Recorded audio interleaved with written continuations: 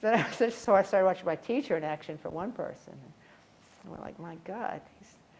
He'd be with other teachers. They wouldn't be anything alike, you know. They might be laughing, though. That's what I really noticed about a lot of teachers that I've really liked, is that they had a lot of joy. A lot of joy. He had a very close relationship with, his name was Maha Ghosananda, and he was this Cambodian monk. He was like the top Cambodian monk. Most of them were killed, but he got to the United States, and he was like kind of their pope, you know, like the highest ranking Buddhist monk from Cambodia. And he lived in this country for, I think, a good 20 years. And he's been here, and he was good friends with my teacher. And I was actually with them when they first met.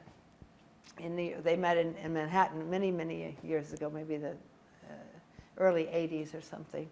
And they met, and I was just, because I had to help them both. They were both, English was a second language, so I was there to help them understand what each other were saying. And I just happened to be lucky to be with the two of them when they first met.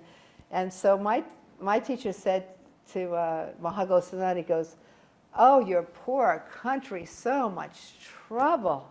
I mean, you know, Cambodia, and this is in the early 80s. He goes, "I'm so sorry." And he's got this kind of smile on his face.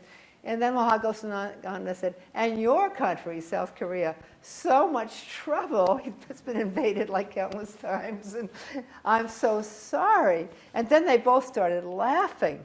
And I was like, oh my God. I couldn't believe they were laughing, because I mean, like, so many people starved to death in both those countries, or got killed and maimed, and unbelievable atrocities. But they were laughing. And those two, they cared so much about their countries. They were real missionaries, and they were always, you know, it's not like they didn't care.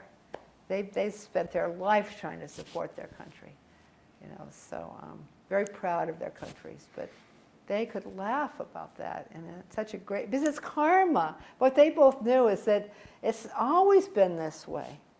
You know, one country's invading another country, one neighbor is stealing from another neighbor. It's always been that way, and that's why they both became monks, to try to get out of that, what we call the wheel of suffering. You know, to try to find something that they could shoot for, and some way to teach, some way to cheer people up and get people grounded, because they trusted Buddhism. So that's kind of an interesting story.